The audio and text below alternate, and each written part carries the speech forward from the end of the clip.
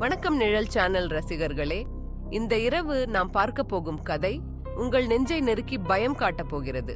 ஒரு சாதாரண பள்ளி நாட்களில் 5 நண்பர்கள் அருண், ரம்யா, கார்த்திக், சுவாதி மற்றும் கதையின் நாயகன் இடது கையில் இருந்த ஒரு சிறிய சிவப்பு குறி பற்றி பேசிக் கொண்டிருந்தனர். பலருக்கு பிறகு மறைந்துவிடும் அந்த குறி இவர்களுக்குள் மட்டும் தொடர்ந்து தெளிவாகவே இருந்தது. ஆனால் ஒரு இரவில் அந்த குறி மரணத்தின் முன்னோட்டமாக மாறியது. ஒருவர் உயிரிழந்ததும் மற்றவர்கள் உயிரும் நம்பிக்கையும் தடுமாறியது. இந்த கதையின் முடிவில் உங்களுடைய கையிலும் ஒரு குறி இருக்கிறதா என்று நீங்களே கேட்கலாம். வாங்க கதைக்குள் செல்வோம். எல்லாம் ஆரம்பமானது ஒரு சாதாரண பள்ளி நாட்களில். நானும் என் நண்பர்களும் அருண், ரம்யா, கார்த்திக், சுவாதி மற்றும் நான் நம் இடது கையில் இருந்த அந்த சிறிய சிவப்பு குறியை பற்றி எப்போதாவது பேசிக் கொண்டிருந்தோம். பிறந்த குழந்தை எல்லோருக்கும் இருக்குமாம், ஆனால் பெரும்பாலானோருக்கு அது மெதுவாக மறைந்துவிடும். ஆனாலும் எங்களுக்குள் அந்த குறி மட்டும் எப்போதும் தெளிவாகவே இருந்தது. முதலில் அது எங்கள் தனித்தன்மை என்று நினைத்தோம். பிறகு அது ஒரு விளையாட்டு போலானது, யார் குறி முதலில் மறையும் என்பதை கணக்கிடும் போட்டியாக.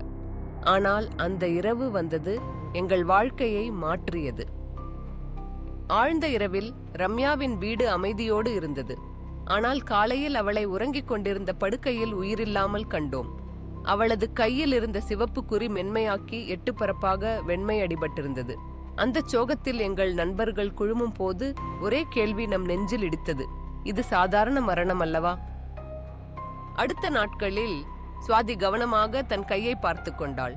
அவளது குறி இன்னும் தெளிவாக இருந்தது. ஆனால் ஓரிரு நாட்களில் அது மங்கத் தொடங்கியது. நாங்கள் அனைவரும் எச்சரிக்கையாக பயத்துடன் வாழ ஆரம்பித்தோம். கார்த்திக் எப்போதும் சிரித்துக் கொண்டிருப்பான், ஆனால் இப்போது அவன் கண்களில் பதற்றம் தெரிந்தது. அருண் நம் அனைவரையும் ஒன்றாக வைத்துக் கொள்ள முயற்சித்தான், ஆனால் நம் நட்பின் இடையே அச்சம் புழுங்கியது. சுவாதி இறந்த நாளில் அவளது கையில் இருந்த குறி முற்றிலும் வெண்மையாகி இருந்தது. மீண்டும் ஒரு உயிர் போய்விட்டது.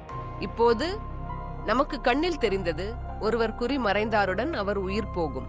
எங்கள் நட்பு குழுவில் ஒவ்வொருவரும் தத்தம் கைகளை ஒவ்வொரு மணி நேரமும் பார்த்து பதட்டம் அடைந்தோம். ஒவ்வொரு நேரமும் ஒரு அருணும் கார்த்திக்கும் எனக்கும் அந்த குறி மங்கிக் கொண்டே இருந்தது. கவலை, சந்தேகம், பயம் இவை அனைத்தும் நம் நட்பை சிதறடித்தது. யாராவது இதை ஏற்படுத்துகிறார்களா? நம்மிடம் ஏதாவது மறைந்த ரகசியமா? நம் பெற்றோர்கள் எதையும் சொன்னதில்லையா? நாங்கள் பல கேள்விகளை எழுப்பினோம், பதில்கள் கிடைக்கவில்லை. நண்பர்கள் ஒருவருக்கொருவர் சந்தேகத்தில் விழுந்தோம், யாராவது நம்மில் ஒருவர் மற்றவர்களுக்கு தீங்கு விளைவிக்கிறாரா என்று. ஒரு மழைக்கால இரவில் அருண் திடீரென எங்களை அழைத்தான். நாம் எல்லோரும் பிறந்த குழந்தைகளாக இருக்கும்போது ஒரே மருத்துவமனையில் பிறந்தோம். நாம் அனைவரும் ஒரே நாளில் ஒரே அறையில் இருந்தோம் என்றான். அந்த மருத்துவமனைக்கு நாம் சென்றோம். சுவரில் பழைய புகைப்படங்கள், நம்மை போலவே கைகளில் குறியுடன் பிறந்த குழந்தைகள். சிலர் பரிதாபமாக அந்த குறியை இழந்துவிட்டனர், அவர்கள் வாழவில்லை என்று பழைய செய்திகள் சொன்னது. அந்த மர்மம் இன்னும் பெரிதாகியது. பழைய மருத்துவ பணியாளர் ஒருவர் நம்மை பார்த்து, அந்த குறி உங்கள் உயிரின் ஒளியாகும், அது மறையும் போது உங்கள் உயிரும் மெலிய ஆரம்பிக்கும். சிலருக்கு அது முழுமையாக மறைந்துவிட்டால் அவர்களது ஆன்மா இழந்து போகும் என்று சொன்னார். ஏன் இந்த குறி நம்மிடம் நீண்டு கொண்டிருக்கிறது? ஏன் சிலருக்கு மட்டும்? நாம் எங்களுக்கு கிடைத்த தகவல்களில் ஒன்றை புரிந்து கொண்டோம். குறியானது ஒருவரின் மன உறுதியும் நட்பும் விசுவாசமும் வாழ்க்கையின் அழகையும் பிரதிபலிக்கிறது. எங்கள் நட்பு குழுவில் ஏற்பட்ட அச்சம், சந்தேகம், பயம், நம்பிக்கையின்மை இவை அனைத்தும் எங்கள் குறிகளிலிருந்து மெதுவாக நிறத்தை குறைத்தன. குறி நம்மிடம் எப்போதும் இருந்தது, ஆனால் நாம் ஒருவருக்கொருவர் நம்பிக்கை இழந்தபோது அது மெதுவாக மறைந்து கொண்டிருந்தது. இப்போது நம்முள் எவரின் குறி அடுத்ததாக மங்கும் என்று அனைவரும் பயந்து வாழ்ந்தோம். ஆனால் நம் நட்பு மீண்டும் உறுதியோடு அமைந்தால் நம் குறி மீண்டும் சிவப்பாகும் என்பதற்கான ஒரு நம்பிக்கை நம் உள்ளத்தில் பிறந்தது. நாங்கள் ஒன்றாக இருண்ட அறையில் கைகளை ஒன்றாக இணைத்து நம் நட்பின் உறுதியை உறுதிப்படுத்தினோம். அந்த சிறிய நொடியிலிருந்து எங்கள் குறிகள் மீண்டும் மெல்ல சிவப்பாக மாறத் தொடங்கியது. இப்போது அந்த மர்மம் தீர்ந்து விட்டதா என்பதை நாங்கள் அறியவில்லை. ஆனால் நாம் அறிவது ஒன்றுதான், நம் நட்பு, நம் நம்பிக்கை, நம் மன உறுதிதான் நம் உயிரின் ஒளி.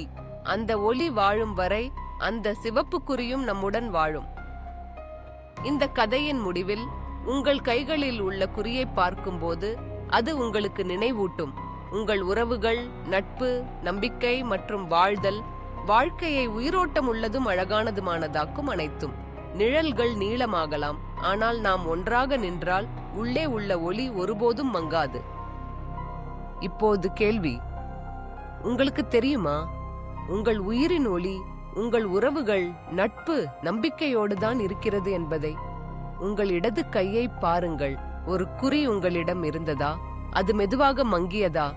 இந்த கதையின் சாத்தியம் உங்கள் வாழ்க்கையிலும் இருந்திருக்குமா? கீழே கமெண்டுகளில் உங்கள் எண்ணங்களை எழுதுங்கள். உங்கள் பதில்களை நாங்கள் எதிர்பார்க்கிறோம். மறக்காமல் லைக் பண்ணுங்க, ஷேர் பண்ணுங்க, சப்ஸ்கிரைப் பண்ணுங்க நம்ம நிழல் சேனல். அடுத்த கதையில் மீண்டும் சந்திப்போம்.